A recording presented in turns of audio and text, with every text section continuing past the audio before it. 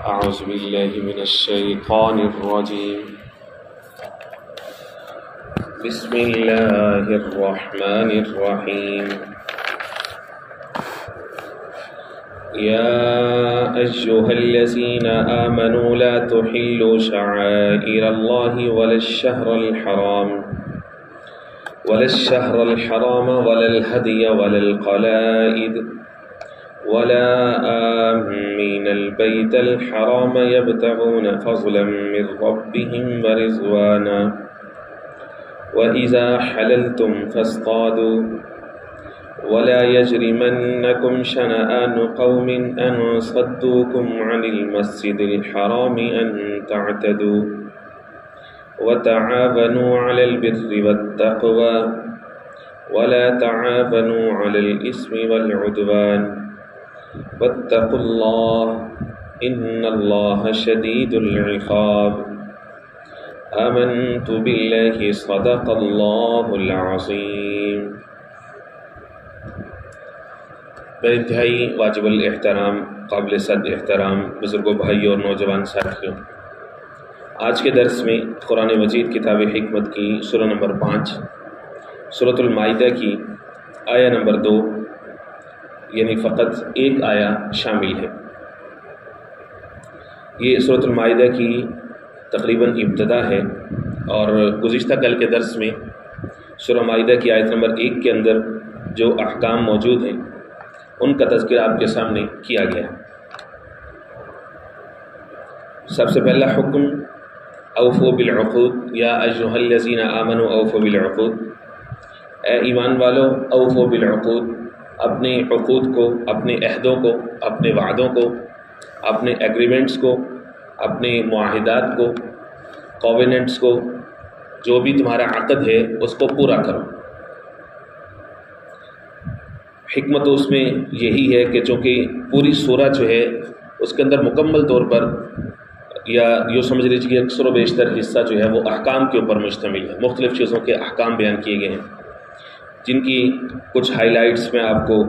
جو گزشتہ سے پیوستہ جو کہ انٹروڈکشن یا تعارفی جو اس حوالے سے درس تھا سورۃ المائدہ کا، میں اس کے اندر ان احکام کے بارے میں بتا چکا ہوں آپ کو، اور تفصیل کے ساتھ انشاءاللہ العزیز ہم پڑھتے رہیں گے۔ تو اوفوا بالعقود سب سے پہلا حکم اس لیے دیا گیا کہ آگے احکام چونکہ کثرت کے ساتھ ہے، اس لیے ایک تو ایمان والے کہہ کر کے خطاب کیا گیا کہ جو ایمان والا ہوگا وہی عہد کی پابندی کرے گا، اور پھر جو حکم آیا وہ یہ آیا کہ جانوروں کے بارے میں تم اپنی رائے قائم نہ کرنا کہ کون سا حلال تمہیں نظر آئے تم اس کو حلال کر لو، جو جانور تمہیں حرام لگتا ہے اپنی طبیعت کے مطابق تم اس کو حرام کر لو۔ یہ اتھارٹی صرف اور صرف اللہ جل شانہ کی ذات، کسی چیز کو حلال کرنا، کسی چیز کو حرام کرنا، پوری کی پوری انسانیت اکٹھی ہو جائے کہ سور حلال ہے تو ہرگز نہیں، پوری کی پوری انسانیت اکٹھی ہو جائے کہ فلاں جو حلال جانور ہے، اونٹ ہے، گائے ہے، بکری ہے، وہ چیز حرام ہے تو ہرگز نہیں۔ جیسے یہودیوں نے اپنے اوپر اونٹ اور اس کی چربی وغیرہ، دودھ وغیرہ سارا کچھ حرام کر لیا تھا بنی اسرائیل۔ حلال حرام کی اتھارٹی صرف اللہ کے پاس۔ پھر اس کے اوپر مزید پابندی یہ لگائی کہ جو حلال بھی ہیں تم ان کا شکار نہیں کر سکتے جس وقت تم حالت احرام میں ہو، اور اگر کوئی شخص اعتراض کرے کہ بھئی کیوں نہیں، اللہ نے فرمایا ان اللہ یحکم ما یرید، اللہ جو چاہتے ہیں فیصلہ کرتے ہیں، ہرگز یہ نہ سوچنا کہ ہماری عقل میں نہیں آتا۔ انہی احکام کا سلسلہ چلا رہے۔ آج کے درس میں شامل آیات مبارکہ میں نہایت اہم احکام ہیں، بہت اہم، اس لیے اس آیہ کا آغاز دوبارہ پھر یا ایھا الذین آمنوا سے کیا، حالانکہ پہلے ہو چکا ہے ایک دفعہ خطاب، لیکن احکام کی اہمیت کے پیش نظر دوسری آیہ کا پھر آغاز یا ایھا الذین آمنوا، اے ایمان والو۔ علامہ عینی رحمہ اللہ فرماتے ہیں کہ ایسا مسلمانوں کو جگانے کے لیے، یا ان کی غیرت کو جگانے کے لیے، یا ان کا عہد یاد دلانے کے لیے، یہ بالکل ایسے ہی ہے کہ جیسے اللہ رب العزت نے یہود کو یا بنی اسرائیل کو عبرت دلانے کے لیے سورہ بقرہ میں 3 مقامات پر یا بنی اسرائیل، یا بنی اسرائیل، یا بنی اسرائیل، 3 جگہ پر اے بنی اسرائیل یاد کرو میری نعمتوں، اے بنی اسرائیل یاد کرو میری نعمتوں، اے بنی اسرائیل یاد کرو میری نعمتوں۔ 2000 سال تک اللہ رب العزت نے ان کو تاج سرداری پہنایا، انبیاء کا سلسلہ ان کے اندر جاری فرمایا، اور انبیاء اکرام مختلف معجزات کے ساتھ آتے رہے، بہت لاڈ لڑائے، جس کو پنجابی میں کہتے ہیں نا لاڈ لڑانا، اللہ نے ان کو لاڈ لڑائی، وہ امت مسلمہ تھی، اب وہ سابقہ ہو۔ سورہ بقرہ ہی میں رب العزت نے 3 دفعہ یا بنی اسرائیل کرنے کے بعد فرما دی فولی وجہک شطر المسجد الحرام، محبوب آپ رخ کر لیجیے اپنا خانہ کعبہ کی طرف۔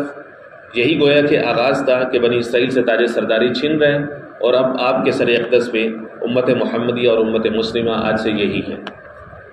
ان سے چھینا کیونکہ اللہ کے احکامات کی انہوں نے نافرمانی کی، اللہ کی نعمتوں کی ناشکری کی۔ تو اس لیے مسلمانوں کو عبرت دلانے کے لیے اللہ یہاں پر بھی یا ایھا الذین آمنوا سے خطاب فرماتے ہیں کہ دیکھو اب تم ذمہ دار ہو، اب تم سے ایکسپیکٹیشن سے کیا حکم ہے؟ دوسری آیا میں لا تحلوا شعائر اللہ، کہ تم نہ حلال جانو شعائر اللہ، اللہ کے شعائر کو، ولا الشہر الحرام، اور نہ حلال جانو حرام مہینے کو، حرمت والے مہینے کو، ولا الحج، اور نہ حلال جانو ہدی کا جو جانور ہے، نیاز کا جانور ہے، ولا القلائد، اور نہ ہی ان جانوروں کو جن کے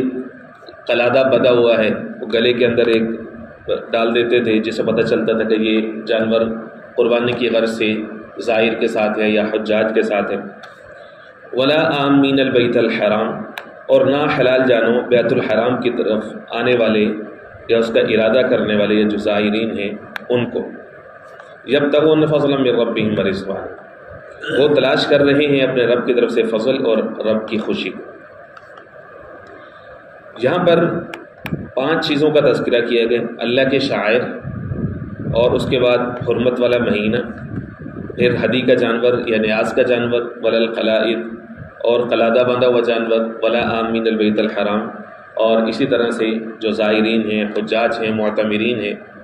بیت اللہ شریف کے جو مسافر ہیں، ان 5 کا تذکرہ کر کے فرمایا لا تحلوا، ان کو حلال مت جانو۔ حلال مت جانو کیا مطلب؟ کہ ان کی بے حرمتی نہ کرو۔ کیوں فرمایا؟ اس کی ایک وجہ ہے،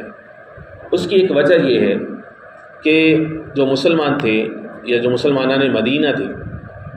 مسلسل جنگیں چونکہ ان کے اوپر مسلط تھی۔ خطبہ جمعہ کے اندر صلح حدیبیہ کے ذیل میں آپ کے سامنے ایک تصویر کھینچ چکا ہوں کہ مسلسل ان کے اوپر جنگیں مسلط رہیں۔ مکہ مکرمہ سے کہ تو حالات ہی خیر عجیب تھے، اور مدینہ منورہ میں آ کر کے سب سے پہلے غزوہ بدر ہے، غزوہ احد ہے، پھر اسی طرح سے چھوٹے موٹے غزوات ہیں، یہ تو پرومیننٹ ہے نا، غزوہ بدر، غزوہ احد، پھر اس کے بعد 5 ہجری میں ایک بہت بڑی بیٹل تھی غزوہ خندق۔ وہ صرف فزیکل بیٹل نہیں تھی، ایک طرح سے سائیکولوجیکل بہت بڑا ٹیسٹ تھا وہ، کہ جو آپ کا اینیمی ہے، جو الائڈ فورسز ہیں، وہ باہر آ کے بیٹھی ہوئی ہیں لیکن ان کو حملہ کرنے کی ہمت نہیں ہو رہی، فزیکل بیٹل ہو نہیں رہی، نفسیاتی طور پر ہر وقت آپ کے اوپر پریشر ہے، کسی بھی وقت ایکٹیو وار آپ کو لڑنی پڑ سکتی ہے۔ اب وہ 1 دن نہیں، 2 دن نہیں، 5-10 دن نہیں، بلکہ پورے 28 دن، 1 مہینے تک مسلسل انسان اس کنڈیشن سے گزرے کہ پتہ نہیں صبح کا کھانا، دوپہر کا کھانا، رات کا کھانا، بیوی بچے پیچھے ہیں، کس حال میں ہیں، ان کو پیچھے چھوڑا ہوا ہے، اور پھر یہود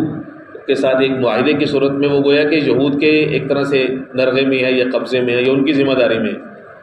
ڈر یہ بھی ہے وہ کسی بھی وقت یہود جو ہیں وہ غداری کر لیں اور وہ ان مشرکین کے ساتھ مل جائیں تو ہمارے بیوی بچوں کا کیا بنائیں گے۔ تو ایک نفسیاتی ٹریننگ بھی ہوئی غزوہ خندق۔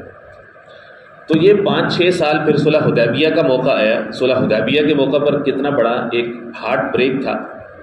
کہ ایگریمنٹ ہوا جو مسلمانوں کا مشرکین مکہ کے ساتھ، اس کی سب سے پہلے شرط یہی تھی کہ نہیں بھائی اس سال عمرہ نہیں، اس سال واپس،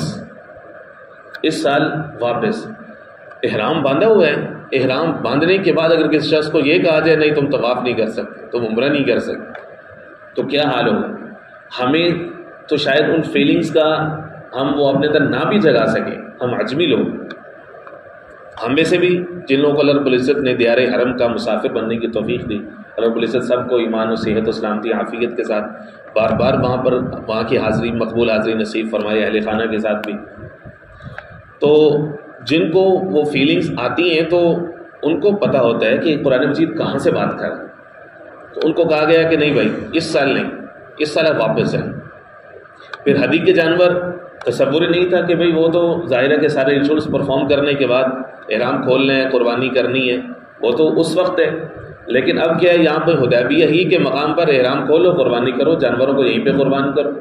کبھی امیجن بھی نہیں کر سکتے تھے صحابہ اکرام۔ حکم ہوا کہ بھائی معاہدہ ہو چکا ہے، چونکہ ہمیں امن چاہیے اس وقت، ہماری سب سے بڑی ضرورت اس وقت، سب سے بڑی ضرورت ہے معاشرے کو امن دینا، کر لیے۔ لیکن جب انسان کے ساتھ یہ سارا کچھ ہوتا ہے تو اس کے دل کے اندر غصہ تو باقی بچ جاتا ہے نا، وہ موقع کی تلاش میں تو ہوتا ہی ہے کہ بھائی اس وقت تو چلیں، یہ ایگریمنٹ ہے، یہ معاہدہ ہے، لیکن موقع ملنے دو ذرا، تھوڑا سا بھی معاہدے سے ہٹ کے ہمیں کوئی شک بنے گی نا ان کو ٹھکانہ لگانے کی، ان سے بدلہ لینے کی، تو وہ ہم ضرور لیں گے۔ یہ اس طرح سے دنیا بھر میں انسان کی جو ہے یہ نفسیات ہے، انسان ہمیشہ جو ہے وہ روم کی تلاش میں ہوتا ہے، اس کے اوپر جو پابندی ہوگی وہ کہے گا کسی بھی طریقے سے کوئی ایسی شک مجھے مل جائے کہ میں مینیج کر سکوں کہ جو میرا ہوائے نفس ہے اس وقت، جو میں اندر سے جا رہا ہوں، ویسی اس کی کوئی نہ کوئی صورت مجھے، شکل مجھے کوئی نہ مل جائے۔ اب یہ جو مسئلہ ہے یہاں پر، یہ صرف اور صرف اللہ رب العزت اس بات کے خواہاں نہیں ہے مسلمانوں سے کہ تم میرے احکام کی پابندی کرو، جس کام سے میں روکوں تم رک جاؤ، میں تمہیں کہوں کہ فلاں چیز کی حرمت پامال نہ کرو تو تم نہ کرو، فلاں چیز کی عزت کرو تو تم کرو۔ احکام کو تو مسلمان نے ماننا ہی ماننے، اصل چیز ہے ان کے رویے کی ٹریننگ۔ یہ بھی ساتھ ساتھ اس وقت پوری دنیا میں جو گلوبل جو پریکٹس ہوتی ہے وہ یہ ہوتی ہے کہ جو یوتھ ہیں، جو نوجوان ہیں، یا جتنے بھی لوگ جو معاشرے میں ایکٹیو، جو ورک کرنے کے قابل ہیں، ان کے بیہیویئر کے اوپر سب سے زیادہ محنت ہوتی ہے کہ ان کا جو اندر ہے وہ یس ہو، وہ ہر وقت ان کو جو کام کرنے کا حکم دیا جائے، چاہے کسی بھی طریقے سے روایات کی صورت میں دیا جائے، مذہب کی صورت میں دیا جائے، وہ کرنے کے لیے تیار ہو جائیں، جس کام سے ان کو منع کیا جائے وہ رک جائیں۔ بیہیویئر کی ٹریننگ اللہ رب العزت نے یہاں پر مسلمانوں کے رویے کو بھی اس کو ٹارگٹ کیا ہے کہ اس کو ٹھیک کرنا ہے۔ کہ بھی صلح حدیبیہ والا معاملہ ہوا تو اندر سے چونکہ تمہارے اندر ایک طرح کا غصہ ہے، بدلہ ہے یا انتقام کا، تمہارے اندر ایک طرح سے ایک چیز پل رہی ہے۔ اب ہے کیا کہ جن لوگوں نے اس سائڈ سے آنا ہے حج و عمرہ کے لیے، مسلمانوں کے علاوہ پورے عرب سے لوگ آتے تھے، وہ اپنے اپنے طریقوں پر خانہ کعبہ میں آتے تھے، جو بھی ریچولس ہی پرفارم کرتے تھے۔ ظاہر ہے وہ جو ابراہیمی دور کے جتنے بھی اعمال تھے لوگوں نے اس کے اندر تبدیلیاں کی ہوئی تھی، لیکن پورا عرب آتا تھا۔ اب جو ہے وہ مسلمانوں کے اندر یہ ڈسکشنز چل رہی تھیں، چاہے وہ ایک قانونی شکل میں یا ایک ریاستی پالیسی کی سطح پر تو نہیں تھی، لیکن ایک ڈسکشن تھی کہ بھائی ٹھیک ہے،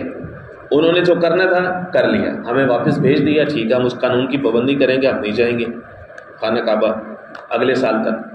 اسی طرح سے ٹھیک ہے یہ بھی ہم پابندی کریں گے، تو ان کا بندہ آئے گا ہم واپس کریں گے، ہمارا بندہ آئے گا ہم واپس ڈیمانڈ نہیں کریں گے، ٹھیک ہے چونکہ لکھا گیا۔ لیکن ہمارے مدینہ منورہ کے بعد سے، ہماری ٹیریٹری سے، ہماری پیرافری سے اگر خانہ کعبہ کی طرف جانے والے جو وفود ہیں، جو مشرکین سے ملنے والے وفود ہیں، چاہے وہ کسی بھی مقصد کے لیے جا رہے ہیں، کسی معاہدے کی غرض سے جا رہے ہیں، ہم ان کو ٹارگٹ تو کر سکتے ہیں۔ اس کا بھی الٹیمیٹلی نقصان یا اس کی وجہ سے ہرٹ تو وہی ہمارا مخالف ہوگا نا، ہمارا اینیمی ہوگا، تو وہ تو ہمیں منع نہیں ہے نا، وہ تو ہم کر سکتے ہیں۔ تو اللہ رب العزت نے یہاں پر یہی فرمایا، لا تحلوا شعائر، خانہ کعبہ کے زائرین ہوں، حرمت والا مہینہ ہو، یا پھر ہدی کے جانور ہوں، جس شخص کے ساتھ یہ ہے، چاہے وہ منافق ہی کیوں نہ ہو، چاہے وہ تمہیں دھوکہ ہی کیوں نہ دے چکا ہے، لیکن اس وقت نہیں، اس وقت وہ حالت امن میں، اس وقت وہ مقام امن میں۔ مفسرین نے کچھ واقعات بھی لکھے کہ ایک شخص تھا، وہ منافق بن کر کے آیا، مسلمانوں کی جاسوسی کے غرض سے آیا۔ ابھی وہ مدینہ سے باہر اس طرح کہ اللہ رب العزت نے جناب جبرائیل صلی اللہ علیہ وسلم کے ذریعے سے بذریعہ وحی اپنے محبوب نبی کریم صلی اللہ علیہ وسلم کو متوجہ فرما دی ہے کہ اس طرح سے ایک شخص آئے، وہ شیطان کی زبان بولے۔ حضور پاک صلی اللہ علیہ وسلم نے صحابہ اکرام کو پہلے بتا دی کہ بھئی یہ آیا اتر چکی ہے، یہ شخص آئے۔ وہ آیا اور اس نے اپنی حمایت کا یقین دلایا۔ تو اصل میں ظاہر ہے جو ڈپلومیٹس ہوتے ہیں یا جو سپائے ہوتے ہیں، جو جاسوس ہوتے ہیں، وہ سفیر بن کر کے آتے ہیں یا کسی بھی روپ میں آئیں، اصل مقصد ان کا مورال چیک کرنا ہوتا ہے یا اسٹریٹجی، جتنی بھی معلومات مل جائیں۔ جب وہ گیا وہاں سے واپس تو مدینہ منورہ کے باہر مسلمانوں کے کچھ جانور تھے، وہ ان کو بھی ہانک کر کے لے گیا، وہی جو پہلے اس کے بارے میں بتایا گیا تھا اس نے وہی حرکت کر کے دکھائی۔ تو صحابہ کرام کو جب تک رپورٹ ہوئی پیچھا کیا تو تب تک ان کی ریس سے آؤٹ ہو چکا تھا۔ اب اگلے سال جب 7 ہجری مسلمان عمرۃ القضاء کے لیے جا رہے تھے، مسلمانوں کے ساتھ بھی جانور تھے، تو ان کی نظر بڑی دور، وہ شخص بھی وہی جانور لے کر کے جا رہے۔ صحابہ کرام کا ارادہ ہوا کہ اس کو پکڑے، اس کو ذرا دھوئیں ٹکا کے اور اس سے جو ہے نا وہ جانور واپس لیں اپنے، لیکن یہ آیات تب تک اتر چکی تھی جس میں فرمایا گیا تھا کہ بھائی نہیں، اس وقت تم نے جنگ نہیں کرنی، کسی کو مارنا نہیں ہے، اس وقت تم نے ہر ایک چیز کو برداشت کرنا ہے۔ اگرچہ اس وقت تمہارا ایک اپر ہینڈ ہے کہ تم نے جو معاہدہ کیا تھا اس کی جو سچویشن تھی ون ون کی، ون ون کسی اعتبار سے مشرکین مکہ کا اندر ٹھنڈا ہوا تھا کہ ان کی شرطیں پوری ہوئی تھیں، اب تمہاری شرط پوری ہونے جا رہی ہے کہ تمہیں یہ کہا گیا تھا کہ اگلے سال تم عمرہ کرو گے، اب دیکھو اللہ رب العزت تمہارے لیے راستے کھول لیں۔ 1 سال پہلے تک چانس ہی کوئی نہیں تھا سوائے اس کے کہ بلیڈ شیڈ ہو، بہت بڑے پیمانے پر جنگ ہو، تمہارے لوگ کام آئیں، ان کے لوگ قتل کیے جائیں، اور کوئی ایک فریق دونوں میں سے مکمل طور پر ٹوٹل سویپ کرے اور خانہ کعبہ کو آکیپائی کرے اور اس کا متولی بن کے بیٹھ جائے، تو اس میں کتنا حرج ہونا تھا، کتنی لڑائی ہونی تھی۔ رب العزت تمہیں ان سے بچایا in just a matter of 1 year, 1 سال کی بات تھی، انہوں نے معاہدہ توڑا اور اللہ رب العزت نے بعد میں تمہارے لیے راستے کھول دی۔ تو اس لیے فرمایا کہ دیکھو جس چیز کو اللہ تمہارے لیے حلال کرے اور جس کی حرمت کی پاسبانی کا تمہیں حکم دے، تم نے ان چیزوں کی حرمت کی پاسداری کرنی ہے، لہٰذا چاہے ان کے وفود تمہارے آس پاس سے کیوں نہ گزرے، تو چاہے اس وقت تمہارا کسی سے بدلہ لینے کا ارادہ ہی کیوں نہ ہو، تم نے نہیں کرنا۔ شعائر اللہ، سب سے پہلا حکم آیا اللہ کے شعائر کا، حالانکہ بعد کی جتنی چیزیں ہیں وہ ساری کی ساری شعائر اللہ میں کور ہوتی ہیں۔ شعائر جو ہے یہ شعیرہ کی جمع ہے، شعیرہ مطلب جس چیز کے بارے میں شعور بیدار کیا جانا مقصود ہو، لفظی مطلب کے اعتبار سے، یعنی مذہب کی جتنی نشانیاں ہیں یا علامات ہیں کہ جو کسی خاص علامت کوئی ایسی جو کسی خاص مذہب کی طرف متوجہ کرتی ہو، چاہے بعض دفعہ اس کی فزیکل اتنی پریزنس نہ بھی ہو، لیکن لوگوں کو اس بات کی طرف متوجہ کرنا کہ بھئی یہ چیز محترم ہے، تو اس کی کوئی ایک نشانی ہوتی ہے، اس کی کوئی کیفیت ہوتی ہے، کوئی صفت ہوتی ہے، تو اس کو کہتے ہیں کہ یہ ایک شعیرہ ہے، یا یہ شعیرہ کی جمع شعائر ہیں، یہ خاص علامت ہے۔ مثال کے طور پر قرآن مجید کتاب حکمت میں سورۃ البقرہ میں گزرا، ان الصفا والمروۃ من شعائر اللہ، لوگوں بے شک صفا اور مروہ جو 2 پہاڑیاں ہیں، فرمایا کہ یہ 2 پہاڑیاں، 2 چوٹیاں صفا اور مروہ یہ اللہ کے شعائر میں سے ہیں، اللہ کی خاص علامات ہیں، اللہ کی خاص نشانیاں ہیں۔ تو جس کو بھی فرمایا موقع ملے جو وہاں پر جائے تو وہ ان یطوف بہما، طواف کرے، گھومے، چکر لگائے، ادھر سے ادھر جائے، پھر آئے، پھر جائے، یہ 7 چکر ہیں۔ یہ گویا کہ مسلمانوں کو اپنی ہسٹری کے ساتھ کنیکٹ کرنے کے لیے کہ چونکہ سیدہ ہاجرہ بی بی ہاجرہ نے یہ 7 دفعہ یہ چکر لگائے تھے، تو اس کے ساتھ مسلمانوں کی ہسٹری کو کنیکٹ کرنے کے لیے جو ہے یہ حکم دیا گیا، صفا مروہ کو فرمایا گیا کہ یہ ہمارے شعائر میں سے۔ اسی طرح سے دیگر دینی شعائر وہ سارے کے سارے وہ اس آیت کے اندر آئیں گے کہ ان میں سے کسی کی بھی بے حرمتی کی اجازت نہیں ہے۔ مثال کے طور پر جتنے ریچولز ہیں یا اراکین ہیں، ارکان اسلام ہیں، نماز ہے، زکوٰۃ ہے، روزہ ہے، حج ہے، کلمہ ہے، اسی طرح سے قرآن مجید ہے، خانہ کعبہ ہے، یہ سارے کے سارے شعائر ہیں۔ بعض نے اس کے اندر اہل مومن کو رکھا ہے، بعض نے اس کے اندر مومن عورت کی عصمت کو رکھا ہے کہ وہ بھی اللہ تعالیٰ کے شاعر میں سے ہے، اس کی بے حرمتی اگر تم خود کرو تو وہ بھی جائز نہیں ہے، یا کفار کریں تمہاری کوئی عورت چھین کر کے لے جائیں تو اس کو بھی یہ بھی سمجھو کہ اللہ کے شاعر کی تم بے حرمتی کر رہے ہو، اگر تم اس میں سستی کا مظاہرہ کرو، اپنی عورت کو واپس نہ لا سکو ان سے، تو یہ بھی تمہارے اوپر جو ہے وہ اللہ کی طرف سے ایک طرح کی قرض ہے کہ تم نے یہ کیسے کر دیا۔ مجموعی طور پر پوری قوم مداہنت اور دین کے معاملات میں سستی کا شکار ہو جائے تو اللہ کی طرف سے پھر عذاب کا کوڑا آتا ہے، چاہے وہ کسی صورت میں آئے، معاشی صورت میں آئے، بد امنی کی صورت میں آئے، بد اتفاقی کی صورت میں آئے، کسی بھی صورت میں آئے۔ تو فرمایا کہ اللہ کے شاعر کو سب سے مقدم رکھو، اس کی توہین تمہارے لیے جائز نہیں۔ اچھا، اہل ایمان کو یہ حکم دیا گیا، حالانکہ اہل ایمان تو ہیں ہی وہ کہ جن سے توقع نہیں رکھی جا سکتی کہ وہ اللہ کے احکام کی خلاف ورزی کریں گے، یا اللہ کے شاعر کی توہین کے مرتکب ہوں گے؟ فرمایا نہیں، یہ تمہارا ایک رویہ ہے جس کی ہم اصلاح کر رہے ہیں۔ تم اگر اللہ کے شاعر کی حرمت کا خیال رکھو گے، پاسداری رکھو گے، تب تم کفار کے ساتھ لڑنے کے قابل ہو۔ یہ ہماری پوری قوم کا، اس وقت کی پوری امت مسلمہ کا ایز ہول پرابلم ہے۔ وہ یہ ہے کہ جب کفار کوئی بے حرمتی کرتے ہیں تو اس وقت پورے چیخ اٹھتے ہیں، ایموشنل ٹائپ کے مسلمان ہیں، سارے کے سارے اسٹرائکس اور اپنا ہی نقصان کرنے کے لیے آ جاتے۔ بھائی سب سے پہلے اللہ کے شاعر کی بے حرمتی کے مرتکب تو تم ہوئے ہو، باہمی معاملات میں تم کلیئر نہیں ہو، باہمی معاہدات میں تم پاسداری نہیں کرتے ہو، ایک دوسرے کا خیال تم نہیں کرتے ہو، اتحاد تمہارے اندر نہیں ہے، قرآن مجید کے ساتھ تمہارا تعلق واجبی سا ہے، تم میں سے 2-4% لوگ ٹوٹل مسلمان ہیں، تمہاری مساجد کی آبادی 0 ہے، اللہ کے شاعر کی بے حرمتی عملی طور پر تو تم سب سے پہلے کرتے ہو۔ قرآن مجید کو چلایا انہوں نے ہے، لیکن تم نے کیا کبھی قرآن مجید کھول کے بھی دیکھا پورا سال میں 2 سے 3 دفعہ سے زیادہ تم قرآن مجید نہیں کھولتے ہو، کھولتے بھی ہو تو خالی اس کو تم نے تلاوت تک محدود رکھا ہوا ہے۔ تم نے اپنی 24 گھنٹے کی زندگی قرآن مجید کے مطابق کی نہیں ہے۔ تمہیں کیا حق پہنچتا ہے کفار کے خلاف جلسے جلوس کرنے کا؟ وہ ٹھیک ہے، جہاد کا ایک حصہ ہے، انسان اپنے جذبات کا اظہار کرے، لیکن فرمایا سب سے پہلے تم اہل ایمان، تم نے ان شعائر کی پابندی کرنی ہے جو ہم تمہیں کہہ رہے ہیں۔ وَإِذَا حَلَلْتُمْ فَاصْطَادُوا، اب فرمایا کہ اور جب تم حلال ہو جاؤ، یعنی جب تم احرام کھول دو، فَاصْطَادُوا، اب وہ پابندی جو پہلی آیت میں لگائی گئی تھی کہ حالت احرام میں شکار نہیں کرو، اب وہ پابندی کو کھولا جا رہا ہے، فَاصْطَادُوا، اب تم شکار کر سکتے ہو۔ امر کا صیغہ ہے، امر معنی وجوب ہوتا ہے، یعنی جہاں پہ امر کا صیغہ آ جائے یہ کام کرو تو پھر وہ کرنا ہوتا ہے، لیکن سب جگہ پہ الامر للوجوب نہیں ہوتا، سب جگہ پہ حکم جو ہے وہ واجب نہیں ہوتا، بعض دفعہ وہ حکم اجازت کے طور پر ہوتا ہے۔ وَإِذَا حَلَلْتُمْ فَاصْطَادُوا، جیسے یہاں پہ کہا گیا جب احرام کھول دو تو تم شکار کر لو۔ اب اس کا مطلب نہیں ہے کہ اس کے بعد شکار ڈھونڈنا شروع کر دو کہ اب شکار کر کے ہی جا رہے ہیں۔ وَإِذَا حَلَلْتُمْ فَاصْطَادُوا، اجازت ہے اس کے بعد، جیسے سورہ نساء میں فرمایا کہ بھئی فَانكِحُوا مَا طَابَ لَكُم مِّنَ النِّسَاءِ مَثْنَىٰ وَثُلَاثَ وَرُبَاعَ، کہ تم نکاح کرو 2 عورتوں سے، 3 عورتوں سے، 4 سے، کہ تم نکاح کر سکتے ہو۔ تو اب کیا ہے، کوئی شخص کہے نہیں یہ یہاں پہ جو حکم ہے یہ بھی واجب کے درجے میں ہے لہٰذا کرو ہی کرو، نہیں بھائی 7 پابندیاں ہیں اس کی، تمہارے پر اتنے ریسورسز ہوں، اتنے ذرائع ہوں کہ تم انصاف کر سکو، پھر کر سکتے۔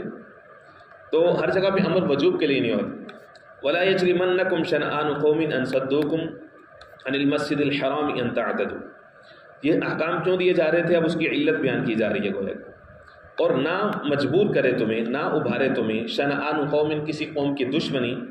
ان صدوکم، کہ تم روکو، عن المسجد الحرامی، مسجد حرام سے، ان تعتدوا، کہ تم زیادتی پر اترو، یعنی کبھی بھی کسی قوم کی محض نفرت، دشمنی، یا جو پریویس تمہارا ایک ان کے ساتھ گرج کا معاملہ چل رہا ہے، جہاں پہ تذکرہ صرف قوم کا ہے، مراد یہ ہے کہ کوئی بھی فریق، کوئی بھی تمہارا مخالف جس کے ساتھ تمہارا کوئی معاملہ ہے، مسئلہ ہے، اب اس کے ساتھ تم کبھی بھی انصاف کی بات نہ کرو کہ کسی بھی صورت میں اس کو ایج نہ پہنچے، کسی بھی صورت میں وہ ہم سے آگے نہ چلا جائے، کسی بھی صورت میں اس کو کوئی سرخ روئی نہ مل جائے، ہر معاملے میں اب محض اس کے ساتھ دشمنی برائے دشمنی نبھانا اور انصاف کو قائم نہ کرنا۔ فرمایا نہیں، ایسا نہیں، دین اسلام تو بھائی سب سے الگ ہے، یہاں پہ ایسا کوئی چکر نہیں ہے کہ جی شریک کا منہ رتا ہوئے تھے اپنا کٹ کے کر لو، وہ جو پنجابی میں کہتے ہیں کہ اس کا منہ سرخ ہے تو اپنا مار کے کر لو کہ تمہیں اس سے اس جیسا یا اس سے بہتر نظر آنا ہے تمہیں، نہیں، وَلَا يَجْرِمَنَّكُمْ شَنَآنُ قَوْمٍ، مسلمان اصول کے اوپر کھڑا ہوتے ہیں۔ فرمایا سب سے پہلا اصول وہ ہے جسٹس، لہٰذا اپنے مخالف کے ساتھ محض دشمنی نبھانے کے لیے انصاف کا دامن ترک نہ کرو۔ وَتَعَاوَنُوا عَلَى الْبِرِّ وَالتَّقْوَىٰ وَلَا تَعَاوَنُوا عَلَى الْإِثْمِ وَالْعُدْوَانِ، یہ والا جو حکم ہے سمجھ لیجئے کہ پوری سورۃ المائدہ کی جان ہے یہ، سنیے۔ فرمایا کہ تعاون علی البر والتقوی، نیکی اور تقوی کے معاملے میں ایک دوسرے کے ساتھ تعاون کرو، ولا تعاونوا علی الاسم والعدوان، اور نہ تعاون کرو اسم گناہ کے معاملے میں، والعدوان اور زیادتی کے معاملے میں۔ یہ ہماری قوم کی ایک ڈیزیز ہے، ڈیزیز ان کے رویے کی، کیا ہے جی سارے اکٹھے ہو جاؤ، چلو جی سارے اکٹھے ہو جاؤ، جی کوئی بھی کام کرنا جی سارے اکٹھے ہو جاؤ۔ بھائی سارے اکٹھے ہو جاؤ، کس بات پہ اکٹھے ہو جاؤ؟ کیا ہمارا اکٹھا ہونا کسی کے جو بنیادی فنڈامنٹل رائٹس ہیں، کسی کا رائٹ ٹو لیو ہے، رائٹ ٹو بزنس ہے، کسی کا کوئی فائدہ ہے، کیا تم اس کے مقابلے میں محض دشمنی پر اکٹھے ہو رہے ہو؟ کس وجہ سے اکٹھے ہو رہے ہو؟ تمہارا اسٹیک کیا ہے؟ ہر چیز پر کراؤڈ کو اکٹھا کر لینا، ہر چیز پر بھئی کبھی احتجاج اپنے نفس کے خلاف بھی تو کر لو. ہمیشہ تمہیں دوسروں کی غلطیاں نظر آتی ہیں، تم اپنے اندر بھی تو دیکھ لو کہ تمہارے اندر یہ والی صفات آ چکی ہیں جو قرآن مجید چاہتے ہیں. فرمایا دیکھو ہم تمہیں حکم دے رہے ہیں کہ نیکی اور تقوی کے معاملے میں اکٹھے ہونے، اس پر ایک دوسرے سے تعاون کرنے، ذات کی بنیاد پر، برادری کی بنیاد پر نہیں جی ساری برادری ساری ایک ہے، زیادہ برادری کی بنیاد پر، ہر چیز کو برادری کی بنیاد پر نہ بھی نہ، ایسا نہیں ہے. وتعاونوا البر والتقوی، بر اور تقوی کے معاملے میں اکٹھے ہونا، اسی پر تعاون کرنا. جب اس پر اکٹھے ہوں گے، چاہے کوئی بھی ذات ہو، کوئی بھی رنگ ہو، کوئی بھی نسل ہو، کسی بھی علاقے کے ہو، مسلمان اکٹھا ہوتا ہے، تعاون کرتا ہے صرف اور صرف لا الہ الا اللہ کی بنیاد پر. مسلمانوں کی برادری اس کے اوپر تشکیل پاتی، باقی ساری تو پہچانیں ہیں، وہ برادریاں نہیں ہیں. برادری صرف اور صرف لا الہ الا اللہ کی ہے. مسلمان اکٹھا ہوتا ہے صرف اس ایک رنگ کے اوپر، صبغۃ اللہ، جس کو فرمایا گیا صبغۃ اللہ، اللہ کا رنگ ہے. ومن احسن من اللہ صبغۃ، اس سے زیادہ خوبصورت بہتر رنگ کس کا رنگ ہو سکتا ہے؟ تو مسلمان ایک چیز کے اوپر تعاون کرتے ہیں، وہ کیا ہے؟ بر اور تقوی، نیکی اور تقوی کے اوپر. وہ صرف ایک چیز کے اوپر اکٹھا ہوتا ہے، اس کی برادری اسلام کی برادری ہے. فرمایا ولا تعاونوا علی الاثم والعدوان، اور نہ تعاون کرو ایک دوسرے کے ساتھ اسم اور عدوان کے معاملے میں، زیادتی اور گناہ کے معاملے میں تعاون نہ کرو ایک دوسرے کے ساتھ. واتقوا اللہ، اور اللہ سے ڈر جاؤ. یہ روح ہے ان سب احکام کی کہ اللہ کا تقوی. تقوی دنیا کی وہ طاقت ہے جو انسان کو لے کر کے آتی ہے عمل کے اوپر. بڑی سے بڑی پولیس، فوج، جتنا مرضی ٹرین انسٹیٹیوشن ہو، کبھی بھی وہ انسان کو with a letter and spirit اپنے احکام پر عمل کرنے پر مجبور نہیں کر سکتے انٹل انلیس کے اندر سے انسان چینج ہو. دین اسلام وہ طاقت انٹروڈیوس کرواتے ہیں. وہ طاقت کون سی ہے؟ وہ ہے تقوی. وہ اندر بلڈ کرتا ہے دین اسلام. سب سے پہلے تقوی کی طاقت کے ذریعے سے عمل کی طرف لے کر کے آتے ہیں. ان اللہ شدید العقاب، بے شک اللہ سخت عقاب والا ہے، سخت سزا والا ہے. یعنی اللہ کے احکام کی خلاف ورزی نہ کرنا، ورنہ اللہ بہت سخت ہے. اللہ رب العزت رحم فرمائے، آسانی فرمائے. بسم اللہ اللہم صلی علی محمد النبی وعلی آلہ واصحابہ وبارک وسلم تسلیما کثیرا کثیرا. اللہم نور قلوبنا بالقرآن وزین اخلاقنا بالقرآن وادخلنا الجنة بالقرآن ونجنا من النار بالقرآن یا رحیم یا رحمان یا رحیم یا رحمان. اللہم اشف مرضانا ومرضى المسلمین، اللہم اشف مرضانا ومرضى المسلمین. صلی اللہ تعالی علی خیر